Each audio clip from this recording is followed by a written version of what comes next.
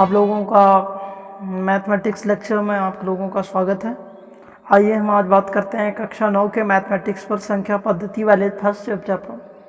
तो संख्या पद्धति को जानने से पहले हम लोगों को नंबर सिस्टम के एनालिसिस के बारे में पता होना चाहिए। नंबर क्या होते हैं ये सब पता होना चाहिए। तो आइए हम सबसे पहले जानते हैं नंबर क्या होता है। तो चलिए आगे हम जानते हैं पहले हम जानते हैं नंबर क्या होता है। संख्या क्या होती है? संख्या, तो संख्या आपको हम बता दें, संख्या सभी संख्याओं का निर्माण जो है अंकों से होता है और दार्शनिक संख्या प्रणाली में 0 से लेकर 9 तक कुल 10 अंक होते हैं। जैसे अगर आपको बता दिया जाए संख्या की डिफिनीशन क्या होगी, तो संख्या का डिफिनीशन होगा सभी संख्याओं का निर्माण सभी संख्याओं का निर्माण अंकों से होता है।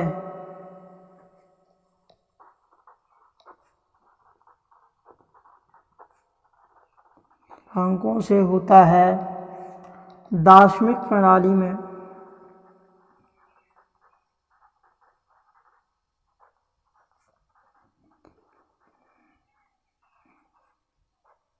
दार्शनिक प्रणाली में 0 से लेकर 9 तक अंक होते हैं।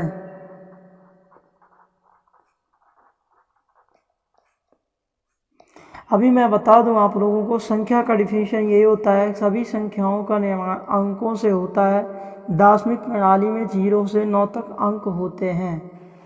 तो इसका क्या मतलब होता है? इसका मतलब ये होता है कि संख्या प्रणाली हमारी जो थी दार्शनिक संख्या प्रणाली पर हम लोग पढ़ते हैं अभी, तो उसमें हमको 0 से लेकर के 9 तक के ही अंक मिलते हैं। तो उसी पर हम काम करते हैं। आगे हम जाते हैं, 0 और 1 को मिला करके हम 10 बनाते हैं, 1 और 1 को मिला करके हम 11 बनाते हैं। तो इसी तरीके से हम आगे बढ़ते चले जाते हैं। तो आगे हम जानते हैं कि संख्याएं कितने तरीके से होती हैं, मतलब उसका आगे जानते हैं। संख्याओं को हम लोग अलग अलग पैटर्न पर, उनके अलग अलग तरीकों पर, उनके अलग अलग कार्यकलापों के आधार पर हमने नंबर को अलग अलग तरीके से बांट दिया था। तो आइए हम सीखते हैं कि नंबर क्या होते हैं, अलग अलग उनके प्रकार क्या होते हैं, कैसे जानेंगे कि ये कौन सा नंबर है और ये कौन सा नंबर है। क्योंकि नंबर तो बहुत सारे हैं, उन नंबर के बीच बहुत सारे डिफरेंस हैं, तो उन्हीं डिफरेंस के आधार पर उनको अलग अलग कर दिया गया था। तो आइए सीखते हैं हम नंबर को अलग अलग कैसे किया गया था और उनको किस आधार पर किया गया था। तो सबसे पहले हम जानते हैं नेचुरल नंबर, मतलब प्राकृतिक संख्याएं। तो आइए हम जानते हैं प्राकृतिक संख्याएं। प्राकृतिक संख्याएं होती क्या हैं?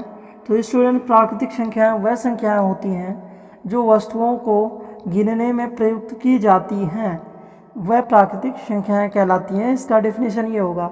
तो जैसे आइए हम जानते हैं ना, इसको हम n से रिप्रेजेंट करते हैं, और जैसे हम किसी भी वस्तु को गिनते हैं जब, तो 1 2 3 4 5 6 7 8 9 इस तरीके से हम काउंट करते हैं।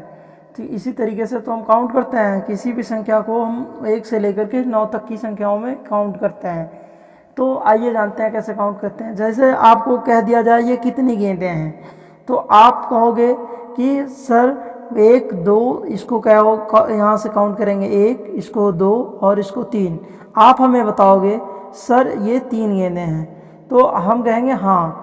लेकिन अगर आपको यहाँ पर एक क्वेश्चन आपके मन में आ गया होगा अभी भी, वो ये क्वेश्चन होगा कि सर यहाँ पे 0 भी होता है, और 0 क्यों नहीं होगा? तो 0 मैं बता दूँ, किसी भी वस्तु को जब हम गिनते हैं, प्राकृतिक संख्याओं का यही डिफिनीशन होता है कि जिससे हम वस्तुओं को गिनने में प्रयुक्त करते हैं, वही प्राकृतिक संख्याएं कहलाती हैं।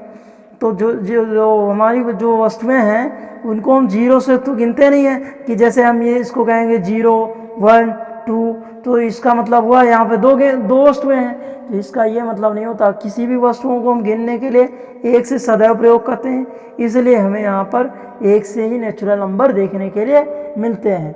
जैसे अगर मैं कह दूं कि आप ये बताइए कितने अंग्रेजी के कितने अल्फ़ाबेट दिए गए हैं यहाँ पर, तो आप इसको ऐसे गिनेंगे 1 2 3, 4, 5 एंड 6। तो आप कहोगे कि सर यहाँ पे 6 अल्फ़ाबेट है, इसीलिए कि आप इसको 0 से नहीं काउंट करोगे। कि अब अभी आपको डिफिनेशन समझ में आया होगा कि प्राकृतिक संख्याएं वह संख्याएं होती हैं जिनसे हम वस्तुओं को गिन सकते हैं। वह संख्याएं क्या कहलाती हैं? प्राकृतिक संख्याएं कहलाती हैं। आगे हमारा आता है नेक्स्ट क्वेश्चन, पूर्ण संख्याएं। नेक्स्ट स्टूडेंट हमारी है पूर्ण संख्याएं। तो पूर्ण संख्याएं का डिफिनेशन होता है यदि प्राकृतिक संख्याओं के साथ हम शून्य को भी मिलाकर लें तो जो संख्याओं का समुच्चय बनेगा वो क्या कहलाएगा? पूर्ण संख्या कहलाएगा। और इसको हम W से रिप्रेजेंट करते हैं।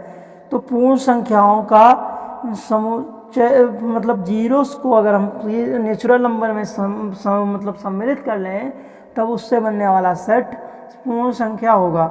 जैसे अगर आपको 10 लिखना हो तब आप क्या करेंगे? तब आप ये करेंगे कि 0 अगर होगा नहीं, नेचुरल नंबर में आपको पता है कि 0 को छोड़ करके जितनी भी संख्याएँ लिखी जाती हैं वो सब क्या होती हैं? प्राकृतिक संख्याएँ होती हैं। तो 0 को अगर हम प्राकृतिक संख्याओं में ऐड कर लें तब होगा हमारा, ये हो जाएगा पूर्ण संख्याएँ। मतलब यहाँ से 3 के बाद 9 तक हम इसको करेंगे। इसका ज़रूरत हमको क्यों पड़ा? तो इसका थ्योरी थोड़ा सा मैं बताऊंगा आपको कि इसका मान लीजिए आपको अगर 10 लिखना हो तब यहाँ पर आप क्या करेंगे? तब यहाँ पर आपको 0 की ज़रूरत पड़ेगी, इसलिए हम लोगों ने 0 को लाया। आपको पता है 0 का आविष्कार आर्यभट्ट ने ही किया था। तो आप लोगों को पता चल चुका होगा कि पूर्ण संख्याएँ क्या होती हैं। पूर्ण संख्याएँ वो संख्याएँ होती हैं कि अगर प्राकृतिक संख्याओं के साथ अगर 0 को हम सम्मिलित कर लें तब वो बनाई गई संख्याएँ क्या होंगी? पूर्ण संख्याएँ होंगी। आगे हमारा आता है इंटीजर्स मतलब पूर्णांक। तो स्टूडेंट पूर्णांक का डिफिनेशन होता है यदि पूर्ण संख्याओं को उनकी धनात्मक व ऋणात्मक प्रवृत्ति के आधार पर अगर हम अलग कर दें तब वो जो संख्याएँ बनेंगी वो संख्याएँ क्या कहलाएंगी? आपकी पूर्णांक संख्याएँ कहलाएंगी। इसको हम I से रिप्रेजेंट करते हैं। जो अगर हम धनात्मक प्रवृत्ति के अगर संख्याओं को अलग करेंगे तो उसको I+ से रिप्रेजेंट करते हैं और उसका सेट होता है +1, +2, +3 डैश, जितना आप जानते हैं। उसके बाद अगर हम ऋणात्मक संख्याओं की प्रवृत्ति की बात करें तो इसका होता है -1, -2, -3 और आप जितना कर सकते हैं। तो अभी आपके मन में एक क्वेश्चन आया हो गया क्या सर 0 एक कौन सी संख्या है? 0 आपकी का धनात्मक है या ऋणात्मक है? तो 0 जो है ना तो वो धनात्मक पूर्णांक होता है ना ही ऋणात्मक होता है। इसका नाम होता है शून्य पूर्णांक। शून्य पूर्णांक एक अपने आप में स्वयं का एक पूर्णांक होता है। अभी आपको इसका थ्योरी ये पता होना चाहिए कि इसका लाया ये क्यों गया। मतलब पूर्णांक का हमें ज़रूरत पड़ी। तो पूर्णांक का ज़रूरत हमें इसलिए पड़ा क्योंकि पूर्णांक उस समय मान लीजिए आपके पास 10 रुपये हैं। मान लीजिए आप अपने पड़ोस के दुकान पर जाते हैं और आपके पास 10 रुपये हैं, तो वहाँ से आप 8 रुपये का सामान खरीद के लाते हैं। और दूसरे दिन आप जाते हैं, आपके पास 25 रुपये हैं और आप वहाँ से 45 रुपये का सामान खरीद करके लाते हैं। तब आप ये बताइए कि दुकानदार को आप कैसे जानेंगे कि आपको कितने रुपए देने हैं और अभी आपके कितने बकाया हैं। तो वो दुकानदार ऐसे करेगा कि आपका जो 8 रुपया उसके पास जमा था उसको प्लस में कर लेगा और जो 45 रुपया आपका हुआ उसको माइनस कर लेगा। तो इसका मतलब क्या होगा, उसने इसको धन पूर्णांक बना लिया। जो आपने उसको जमा किया था उसको धन पूर्णांक उसने मान लिया और जो उसका आपने उधार किया है उसको उसने आपका ऋण पूर्णांक मान लिया। इस तरह से उसको कैलकुलेशन करने में आसानी हो जाएगी। अभी आपको 45 में से 8 घटा सकते हैं, तो 45 में से 8 घटाने पर आपको कितना मिलेगा? आपको मिल जाएगा 5 एंड ये हो जाएगा 3, ये हो जाएगा 37। अभी आपको पता है कि आपको कितना रुपए देना है, 37 रुपये आपको देना है उसको दुकानदार को। तो अभी आपको पता चल चुका होगा कि ये माइनस में लगाया गया, मतलब ये ऋण पूर्णांक है, मतलब आपको देना है उसको।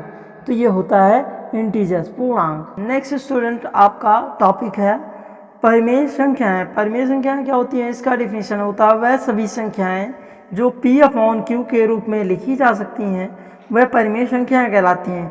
इसको हम रिप्रेजेंट करते हैं Q से, जिसका फॉर्म होता है P/Q, जहाँ पर हमारा जो Q होगा वो 0 के बराबर नहीं होगा। इसका मतलब क्या हुआ कि मान लीजिए आपको ये दिया गया है, ये 1/2 मतलब 1/2, तो इसमें Q जो है आपका Q 2 के बराबर है, जो कि 0 के बराबर नहीं है। अगर हम मान लीजिए Q को 0 के बराबर कर देते हैं तब क्या होगा हमारा, तब इसका मतलब हुआ 1/0 इज इक्वल टू इन्फिनिटी हो जाएगा। मतलब आपका जो मान आएगा वो अनंत प्राप्त हो जाएगा। और अनंत को आप क्या करेंगे, अनंत को तो आप गिन नहीं सकते, और प्राकृतिक संख्याएं होती हैं जिनको आप गिन सकते हैं, इसके पहले आपने पढ़ा है। और जो मतलब आपको जो संख्याएं आप जो गिन नहीं सकते हैं वो कोई संख्या होती है, आप अपने मन से सोच करके बताइएगा क्या 1/0 एक परिमेय संख्या है या नहीं है। मेरा ये क्वेश्चन है आपसे। अगर आप इसका जवाब आप कमेंट सेक्शन या फिर व्हाट्सएप ग्रुप पर जुड़ करके दे सकते हैं। तो चलिए हम आगे चलते हैं। अभी आपको जैसे आपसे पूछ लिया जाए -7 ये क्या परिमेय संख्या, हाँ मैं कहूँगा हाँ ये परिमेय संख्या होती है, क्योंकि -7/1 होता है। चलिए अभी जितने भी हमने संख्याएं आगे पढ़ी हैं या ऊपर पढ़ी हैं वह सभी संख्याएं क्या होती हैं, परिमेय संख्याएं होती हैं। अगर हमारा Q 0 के बराबर ना हो तब, अगर Q हमारा जो 0 के बराबर हो जाता है तब वो परिमेय संख्या नहीं कहलाती है। जैसे अभी आपका क्वेश्चन आता है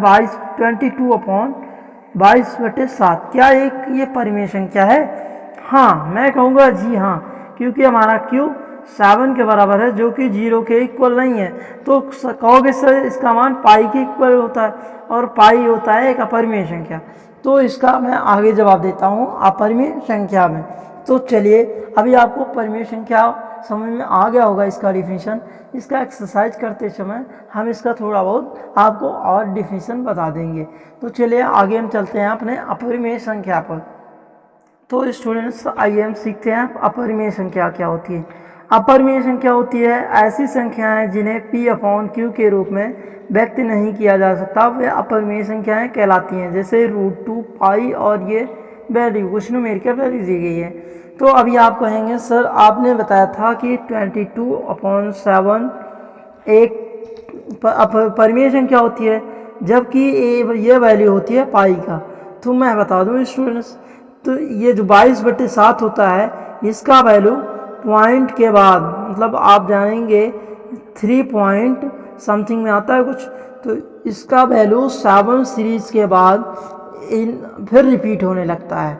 मतलब जो यहाँ तक आया था उसका वैल्यू फिर से आने लगेगा, और जो पाई का वैल्यू होगा वो कभी रिपीट नहीं होगा।